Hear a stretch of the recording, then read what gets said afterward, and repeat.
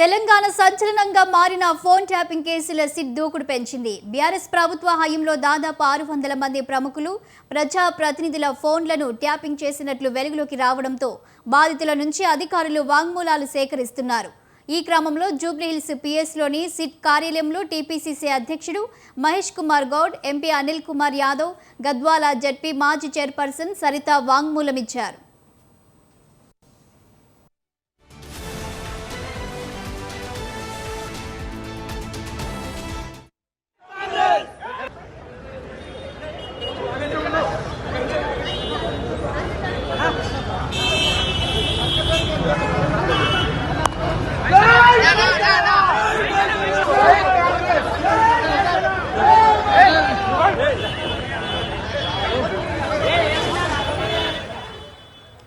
Phone tapping లిస్టులో CM Revanth సహా 650 మందికి పైగా కాంగ్రెస్ నేతల ఫోన్ నెంబర్లు ఉన్నాయని మహేష్ కుమార్ గౌడ్ అన్నారు. 2018 ఎన్నికల్లో కాంగ్రెస్ ఓటమికి తమ ఫోన్లు ట్యాప్ చేయడమే కారణమని, మావోయిస్టుల సానుభూతి పరుల పేరుతో ఫోన్ ట్యాప్ చేశారని మహేష్ కుమార్ గౌడ్ ఆరోపించారు. రాజకీయ నేతల ఫోన్లు ట్యాప్ చేయడం హేయమైన చర్యగా అభివర్ణించిన పీసీసీ అధ్యక్షుడు కేసీఆర్ సిగ్గుతో తలవంచుకునే ఘటనగా పేర్కొన్నారు. ఫోన్ ట్యాపింగ్ కేసులో కేటీఆర్ శిక్షార్హులన్నారు. ఆయన సూచనలతో నేతల ఫోన్ ట్యాపింగ్ జరిగినట్లు మండిపడ్డారు. ప్రభుత్వం ట్యాప్ చేసిన ఫోన్లలో మీ నంబర్ ఉంది, మీతో కొంత మాకు సమాచారం కావాలని చెప్పడం 2021లో రేవంత్ రెడ్డి గారు పీసీ అధ్యక్షుడిగా, నేను వర్కింగ్ ప్రెసిడెంట్ అయిన తర్వాత చాలా సందర్భాల్లో మా మూమెంట్ని వారు క్రాక్ చేయడం, మా మూమెంట్ అంతగా వారికి తెలుస్తుందంటే మా ఫోన్లు ట్యాపింగ్లో ఉన్నాయని అనుమానం వచ్చి ఆనాడు చీఫ్ సెక్రటరీకి కంప్లైంట్ చేయడం కూడా జరిగింది. ఇవాళ వాస్తవాలు బయటకు వచ్చాయి.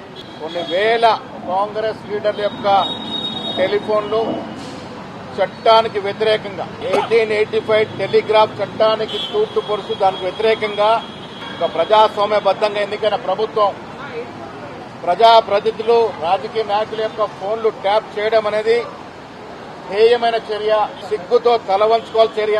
ఇలాంటి హేయమైన చర్యకు పాల్పడిన బీఆర్ఎస్ ప్రభుత్వం, ఆనాటి ముఖ్యమంత్రి కేసీఆర్, కేటీఆర్లు,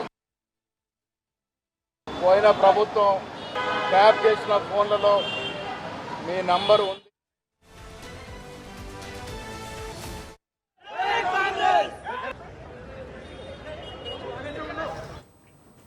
ఫోన్ ట్యాపింగ్ కి సంబంధించి తాజా అప్డేట్స్ మా కరెస్పాండెంట్ ఉషా అందిస్తారు. ఉషా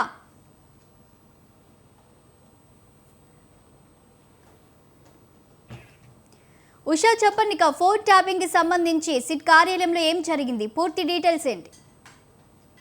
షాలిని, ఫోన్ ట్యాపింగ్ వ్యవహారంలో ఇవాళ వాంగ్మూలం తీసుకోవడానికి టీపీసీసీ అధ్యక్షుడిని సిట్ కార్యాలయానికి రావాల్సిందిగా ఏసీబీ ఆదేశించారు. ప్రస్తుతం ఈ అంశానికి, ఫోన్ ట్యాపింగ్ వ్యవహారానికి సంబంధించి రాధాకిషన్ ఏదైతే ప్రభాకర్ రావుని 3 రోజుల పాటు విచారించారు అధికారులు. 4వ రోజు కూడా రావాల్సిందిగా ప్రభాకర్ రావుకి ఆదేశాలు ఇచ్చారు. కానీ ఇవాళ సిట్ విచారణకు ప్రభాకర్ రావు గైర్హాజరైనట్టుగా అయితే మనకు అందినటువంటి సమాచారం.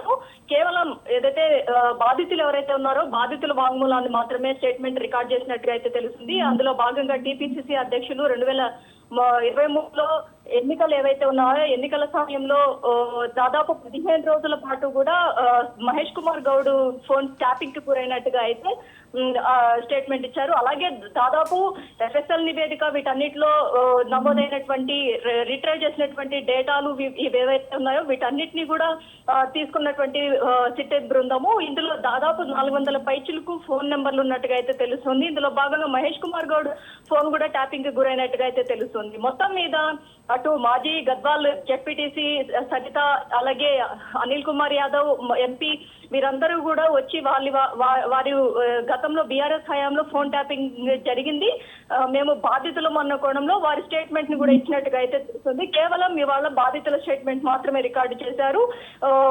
ప్రభాకర్ రావు వస్తారు అన్న ఊహాగానాలు ఏవైతే ఉన్నాయో ప్రభాకర్ రావుతో పాటు 4 ప్రణీత్ రావు, భుజంగరావు, తిరుపతన్న, రాధాకిషన్ రావు, ఈ 4 స్టేట్మెంట్లు కూడా ఒకేసారి తీసుకునే అవకాశం ఉన్నట్టుగా అయితే మనకు అందినటువంటి సమాచారం. కానీ ఇలాంటిది ఏదీ జరగలేదు. ప్రభాకర్ రావు ఇవాళ విచారణకైతే గైర్హాజరయ్యారు. కేవలం బాధితుల స్టేట్మెంట్లు మాత్రమే రికార్డు చేసినట్టుగా అయితే తెలుస్తుంది. ఎస్ఐబి వింగ్ ఏదైతే ఉందో ఇది కేవలం రాష్ట్ర ప్రయోజనాల నిమిత్తము అలాగే రాష్ట్ర భద్రత నిమిత్తం ఏర్పాటు చేసినటువంటి వింగ్. ఇందులో ఎస్ఓటి అనే వింగ్ ని ఏర్పాటు చేసుకున్నారు. ఎస్ఓటి వింగ్ తో పాటు చాలా వరకు ఎవరైతే సెలబ్రిటీలు కావచ్చు, జర్నలిస్టులు కావచ్చు, మెజిస్ట్రేట్స్ కావచ్చు, ప్రతి ఒక్కరి ఫోన్లు కూడా స్టాపింగ్ కి గురైనట్టుగా అయితే తెలిసింది. కాబట్టి దాదాపు వీరు డిస్ట్రాయ్ చేసినటువంటి హార్డ్ డిస్క్లు ఏవైతే ఉన్నాయో వాటిలో ఉన్నటువంటి స్వల్ప సమాచారం మేరకు చాలా వరకు కూడా 620 దాకా కూడా ఫోన్ నెంబర్లు ట్యాపింగ్ కి గురైనట్టుగా అయితే గుర్తించారు. మొత్తం ఈ ఎవిడెన్సెస్ అన్నింటినీ కూడా ప్రభాకర్ రావు ఎదుట ఉంచి